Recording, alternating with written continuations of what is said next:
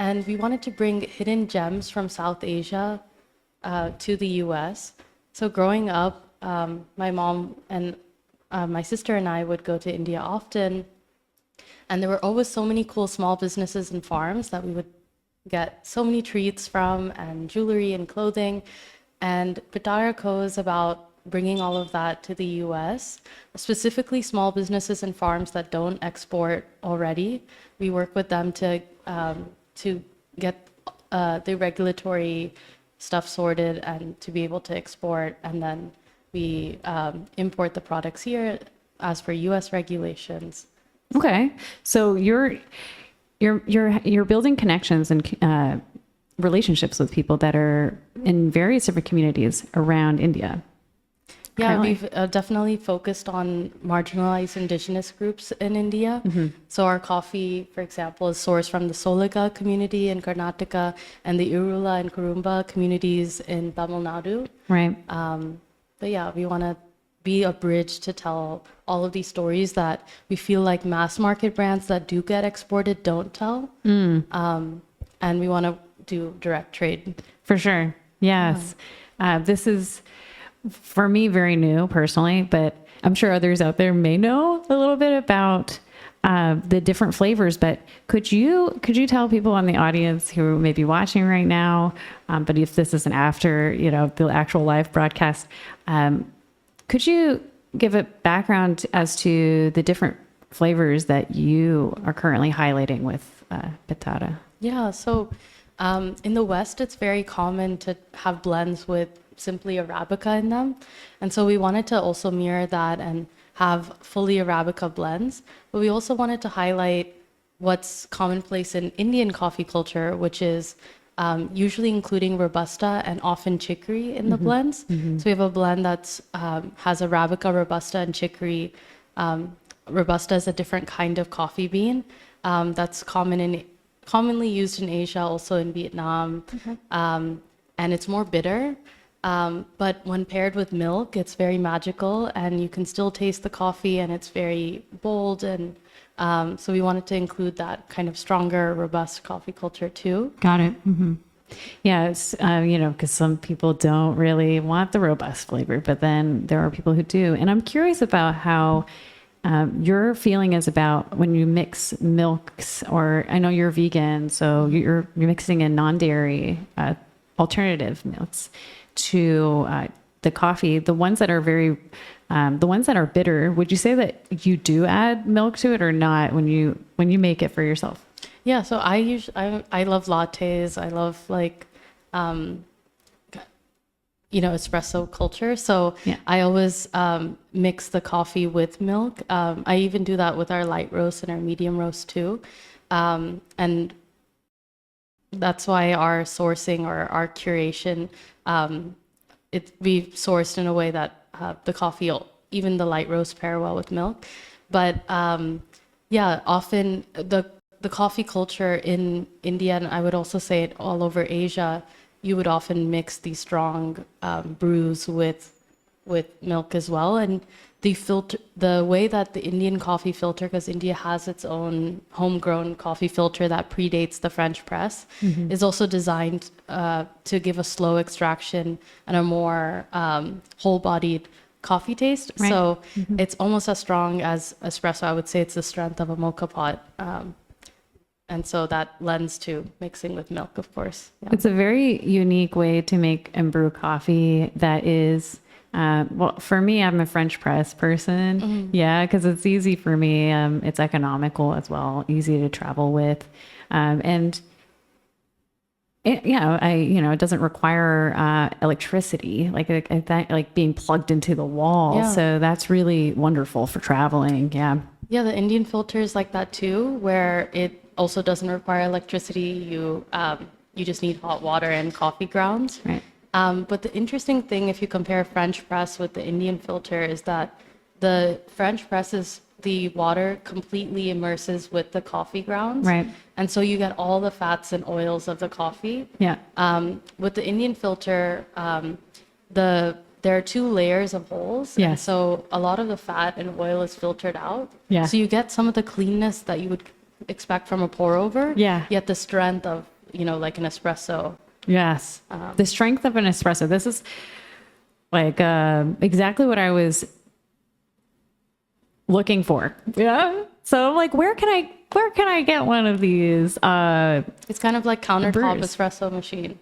Yeah. Okay. What should I look up if I want to buy one? Like if Yeah. I want to buy one of the The filters. filters, yeah. Yeah, so any South Asian store in the steel section would typically have the filter, but the sizes can be inconsistent. So you kind of have to dial it in the way you would dial in an espresso and figure out what ratio makes sense. Okay. Yeah. And it depends on your taste. And it depends on your taste. So, And you kind can of also experiment. kind of game it to where you put less coffee and more water. Yeah. And then the taste would be more like a pour over. Yeah. Or you could put more coffee and make the extraction slower and it will get stronger. Right. So out of all of the flavors and blends that you have, which one's your favorite? Mine is Kaapi. It's Copy? very traditional. I've never had it with chicory before, and now I'm in love with it. Yeah. And my second flavor is Kithankin. Okay. Got it. And you?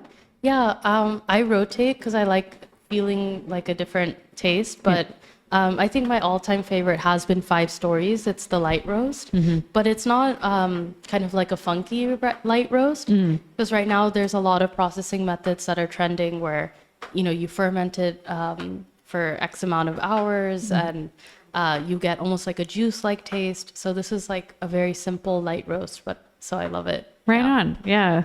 Well, I will let you know what my favorite one Yes. is because I'm going to buy each one and then I'm going to try and rotate. Yeah. To see which one. Once I get also the filter to make it as well. Yeah. Oh. Thank you. You've taught me something new today. Yes.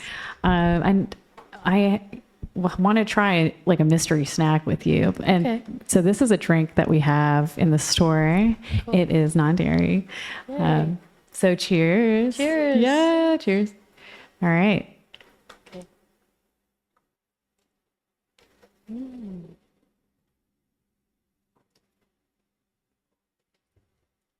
My mom is really good at figuring out the ingredients behind things, so she might be able to narrow in a way that I'm not.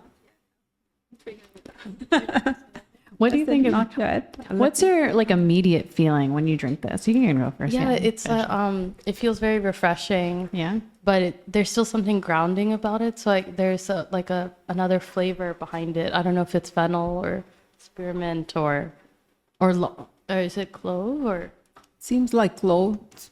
Interesting. Yeah. yeah. It has that kind of like it's a sharp, leafy kind Yeah. of spice, right? It's pandan. Oh, I know, right? What is that? Pandan. Pandan is a coconut. This is coconut pandan. It's very similar to what they say like vanilla. It's like the vanilla of the Southeast Asia. Yeah, it's like a leaf that gets Tastes vanilla. cooked in. Yeah, But to more, drinks and mixes. Yeah, I guess less smooth than vanilla, or something. But I like the complexity. As I drink more, I am getting the coconut flavor. Yeah. Yeah. It's also very refreshing. It is super refreshing. This You're is right, it has coconut. Yeah, this is Lucky Ox, Pandan Coconut Sparkler, and he's a Vietnamese CPG maker and American, and he's based in New York City. So Cool. yeah, No, I've seen this at different events. It's so interesting how the taste differs when you're tasting it blind, right. You Without know, seeing what the what the notes are. Because when you read coconut, coconut comes alive right away. Yeah, And I think it being clear, I just wasn't thinking of coconut, but obviously coconut water is clear. right. Yeah, usually it's And like very fizzy. milky and like thick, and this is it's the flavor of it is there. It's infused. Yeah, I like the balance of it. It has the feeling of freshness. It has that feeling of, how we want the soda, the sparkling. Yes. That So that tastes really, it feels really good. Yeah. And the coconut, the sweetness also at the same time. Not too sweet. Yeah, not too sweet. at Right. all. Because I won't be able to drink this if it was sweet. I would have kept it aside. Yes. This is really great. Yeah. When it's like very artificially flavored, and you can tell when it is, or it's super. There's no aftertaste. No aftertaste. Very, very like True. fresh. So this is my favorite. I'm going to say that this is my favorite summer drink, and I'm sharing it with you. So Yes. but yeah, he's also got other flavors as well. So, and if he ever stops in, I'll show him your drinks Oh, cool. because of that. Yeah, connection. I think. Yeah, because you have various flavors in terms of your blends from what I've tried today. Yeah. And I hope that if you're listening, you get to try, Pitara Yes. and show up to like a future demo or something like that and get to meet you to see it. Yeah, Thank you no, so we're much. so appreciative that you guys hosted us, and Yeah, of course. yeah, we met Jennifer at a fundraiser for Save Chinatown. Oh, cool. Yeah, and so and then immediately she was like, "Oh, I love highlighting women and minority-owned brands." That's and true. So if you want to come for a pop-up, come anytime. Thank you so much. Yeah, you're always welcome here. If you ever want to stop in to, have like a meeting or whatever with like people, it's kind of like our space is like a very It's so communal. neat Yeah. Also, and yeah, it's so cool. Yeah, it's a beautiful place and beautiful energy and beautiful people. Thank you. Yeah, thank you so much. And so that's it for today. And we're signing off. This is Green Room Bites.